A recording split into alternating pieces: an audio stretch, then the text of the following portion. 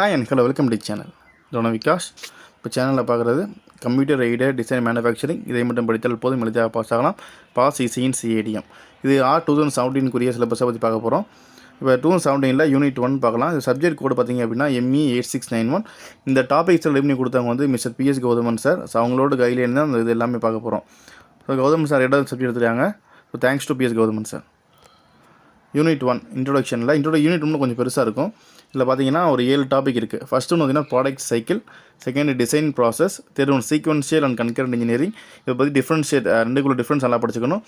Fourth ஒன்று வந்து 2D and 3 transformation. இது மேட்ரிக்ஸ் ஃபார்மில் இருக்கும், மேட்ரிக்ஸ் ஃபங்க்ஷனாக இருக்கும். Then types of production, manufacturing models matrix, then mathematical model of production performance. இதில் time, cost, production line subdivisions நிறையா இருக்குது.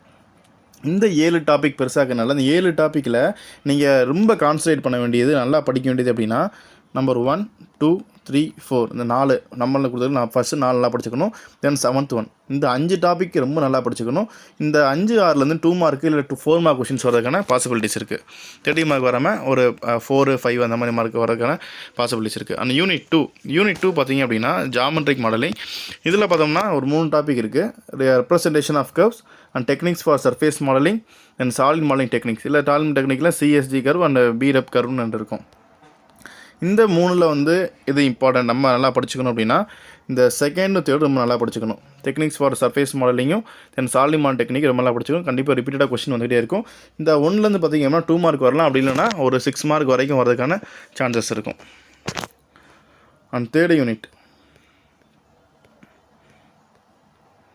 பார்த்தீங்கன்னா CAD standards. So CAD standards பார்த்தீங்க அப்படின்னா இதில் ஒரு 5 டாபிக் இருக்குது. Standards for computer graphics and GKS, then OpenGL, data exchange standards, இல்லை function limitation and communication standards. இந்த ஒரு 5 டாபிக் இருக்குது.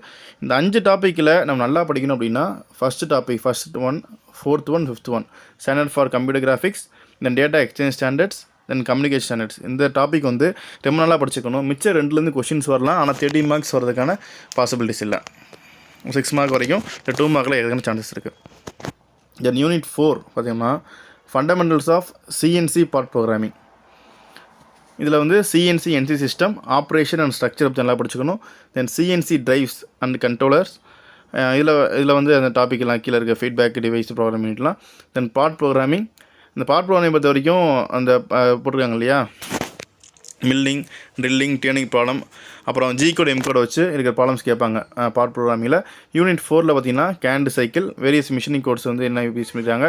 அப்புறம் introduction of game package, structure and features பற்றி நல்லா படிச்சுக்கணும். இந்த 5 டாப்பிக்கில் நம்ம எதை முக்கியமாக படிக்கலாம் அப்படின்னா நம்பர் 1, 2, 3 இது ரொம்ப இம்பார்ட்டண்ட்னா நம்ம 1, 2, 3 5 டாபிக் படிக்கணும். 5ல் வந்து ரொம்ப இம்பார்ட்டன்ஸ் கொடுத்து படிக்கிறதுக்கு வந்து 1, 2, 3 தான். இப்போ CNC NC சிஸ்டம்னா என்ன, அப்புறம் CNC கண்ட்ரோலர்னா என்ன, அண்ட் இதில் வந்து கொஸ்டின்ஸ் வரும். பார்ட் ப்ரோக்ராமில் கொஸ்டின் வரும். இதில் எப்படி இருக்கும் அப்படின்னா ஒரு டயராம் கொடுத்துருவாங்க. டயராம் கொடுத்துட்டு இதுக்கு G code M code drive பண்ணுங்கன்னு சொல்லி கொடுத்துருவாங்க. ஸோ அந்த மாதிரி கொடுத்தாங்கன்னா இங்கே G கோட் M கோட் தெரிஞ்சால் மட்டும் தான் நீங்கள் எழுத முடியும். அதனால் G கோட் M கோட் நல்லா படிச்சுக்கங்க. மில்லிங்க்கு, ட்ரில்லிங்க்கு, டேர்னிங் ப்ராப்ளம், வேறு மாதிரி ப்ராப்ளம் வந்தால் கூட நீங்கள் அதை படித்து பார்த்துக்கங்க. கோட்ஸ் ஃபுல்லாக நான் தெரிஞ்சு வச்சுக்கோங்க. யூனிட் 4. தென் யூனிட் 5 பார்த்தீங்கன்னா cellular manufacturing and flexible manufacturing systems, FMS. ஷார்ட்டாக வந்து ஃப்ளெக்சிபிள் மேனுஃபேக்சரிங் FMS. இது வந்து பார்த்திங்கன்னா இதில் ஒரு 4 டாபிக் இருக்குது. Group technology, part families, production flow analysis and FMS. இந்த FMS இல்லாத கொஸ்டின் இருக்காது. FMS கண்டிப்பாக படிச்சே ஆகணும். இந்த 5th யூனிட்டை பொறுத்த வரைக்கும் 4 டாபிக் இருக்குது. இதில் 3 topic important. Number 1, 2 and 4. So group technology, part families, அப்புறம் FMS. இந்த பார்ட் ஃபேமிலிஸில் பார்த்திங்கன்னா பார்ட் கிளாஸிஃபிகேஷன், கோடிங் பார்ட் அப்படின்னு நிறையா இருக்கும். ஸோ இதில் வந்து 3 இம்பார்ட்டன்ட். இந்த ப்ரொடக்ஷன் ஃப்ளோ அனாலிஸை பொறுத்த வரைக்கும் பெரிய அளவில் கொஸ்டின் வராது. அதனால் இந்த இதெல்லாம் ரொம்ப இம்பார்ட்டன்ட். அது எல்லாத்தையும் படிச்சுக்கணும். நான் இம்பார்ட்டன்ட் சொல்ல இன்னும் கூடுதல் வந்து படிக்கணும். இதில் முக்கியமாக என்ன சொல்கிறாங்க அப்படின்னா டயக்ராம்ஸை நம்ம இப்போ நீங்கள் வந்து தியரி படிக்கணும் இல்லையோ, டயக்ராம்ஸை வரைஞ்சி பாருங்கள். டயக்ராம்ஸ் நிறைய வரைஞ்சி பாருங்கள். முக்கியமாக யூனிட் 1ல் வந்து நிறைய டயக்ராம் இருக்கும். நிறைய டயக்ராம் வந்து வரைஞ்சி பாருங்கள். யூனிட் 4 பொறுத்த வரைக்கும் கோடிங்ஸ், அந்த கோட்ஸ் எல்லாம் G கோட் M கோட் நல்லா தெரியணும். ஸோ டயக்ராம் நீங்கள் வரைஞ்சிட்டிங்கனாலே உங்களுக்கு மார்க் வந்து நிறையா ஃபுல்லாக வந்த மாதிரி தான். டயக்ராம்ஸ் எல்லாம் ப்ராக்டிஸ் பண்ணுங்கள். நீட்டாக டயக்ராம் வரைங்க, மார்க்ஸ் எல்லாம் வந்துடும்.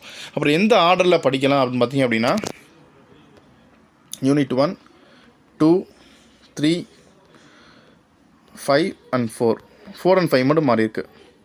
ஏன்னா 4th யூனிட் கோட்ஸுக்குனால மெக்கானிக்கல் இன்ஜினியரிங் தெரியும். கோட்ஸ் வந்து அந்த மாதிரி படிக்கிறது கொஞ்சம் கஷ்டமாக இருக்கும். அந்த யூனிட் 4 லாஸ்ட்டாக படிங்க. 1, 2, 3, 5, 4 படிச்சிங்க அப்படின்னா ஈஸியாக இருக்கும். ஸோ டயராம் மட்டும்தான் இம்பார்ட்டன்ட். டயராம் நல்லா போட்டு பாருங்கள். நீங்கள் எப்படி படித்தாலும் டயராம் ஃபுல்லாக ப்ராக்டிஸ் பண்ணிவிட்டு அதுக்கப்புறம் படிக்க ஆரம்பிங்க.